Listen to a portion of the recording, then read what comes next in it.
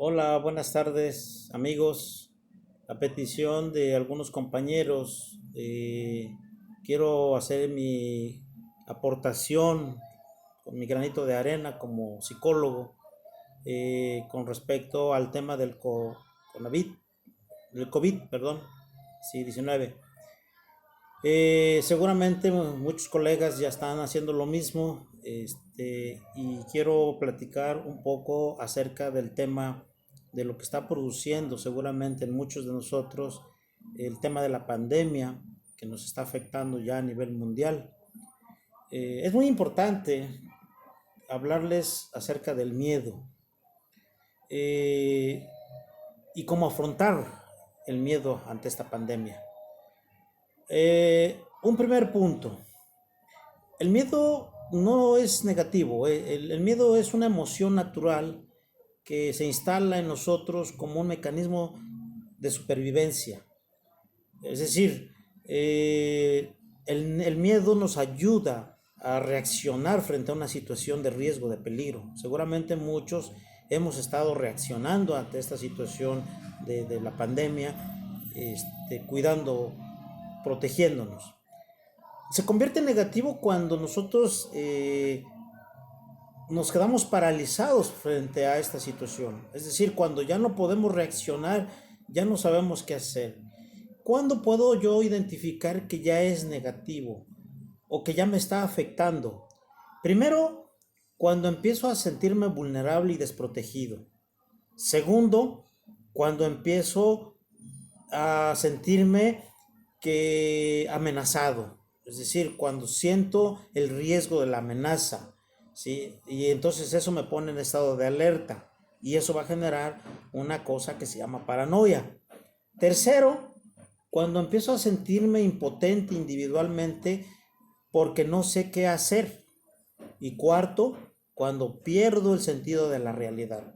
Es decir, cuando realmente no sé dónde está el peligro y qué va a pasar conmigo. En ese sentido ya el miedo tiene una connotación negativa. Ahora bien, eh, ¿podemos afrontar el miedo? Sí, sí podemos afrontar el miedo. Para esto es importante seguir como segundo punto, algunos pasos. Uno, primero tendríamos que eh, estar bien informados. Las redes sociales y los medios de comunicación pareciera que están actuando más a difundir el miedo que a prever un estado de seguridad ante la pandemia. O sea, es un tema más ideológico, político, que un tema de salud. O sea, hay más saturación en las redes de información negativa que de positiva. Es muy importante entonces tomar como primer elemento estar bien informados. Es decir, valorar la información que realmente sea oficial, la real, y a partir de allí tomar las medidas precautorias, ¿no? Segundo, es muy importante compartir, socializar los miedos, es decir, buscarnos no el aislamiento físico, sino buscar que no quede en el aislamiento físico, que solamente que el miedo pueda ser trabajado a través de grupos, de amistades que me puedan permitir descargar esta tensión, esta ansiedad que me puede producir las noticias que se están difundiendo.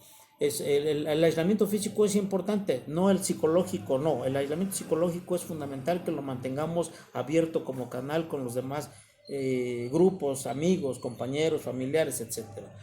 Tercero, hay que revisar, por ejemplo, las condiciones de seguridad que me hagan tener la confianza de que no voy a ser infectado. ¿Sí? Y en ese sentido, estas medidas a mí me resultan fundamentales porque me van a permitir no mantener una postura rígida. ¿Sí? Esta postura rígida me va a evitar a mí el consumo de energía vital, es decir, la energía puede estar concentrada en el miedo, en la paranoia de si voy a ser infectado, de si no voy a ser infectado, que en estar buscando los recursos para poder afrontar el miedo. Quiero proponer 4 estrategias para afrontarlo, para el afrontamiento. Es decir, vamos a trabajar con 4 estrategias. La primera es reconocer el miedo, es decir, estar consciente de que tengo miedo. Sí, en este momento puedo decir, estoy consciente de que tengo miedo a infectarme, ¿sí?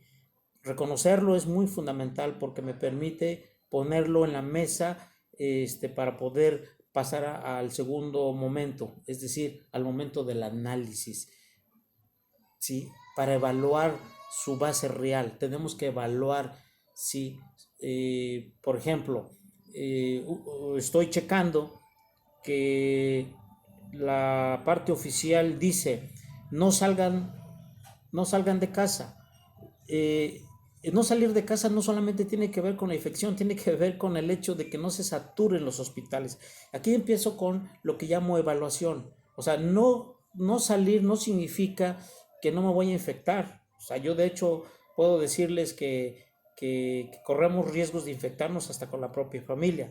Entonces, no salir de casa significa que hay que evitar que se pueda producir una infección que pueda saturar los hospitales y que los hospitales ya no tengan la capacidad de la atención, ¿sí? En ese sentido, por eso señalo la importancia del segundo momento de analizarlo.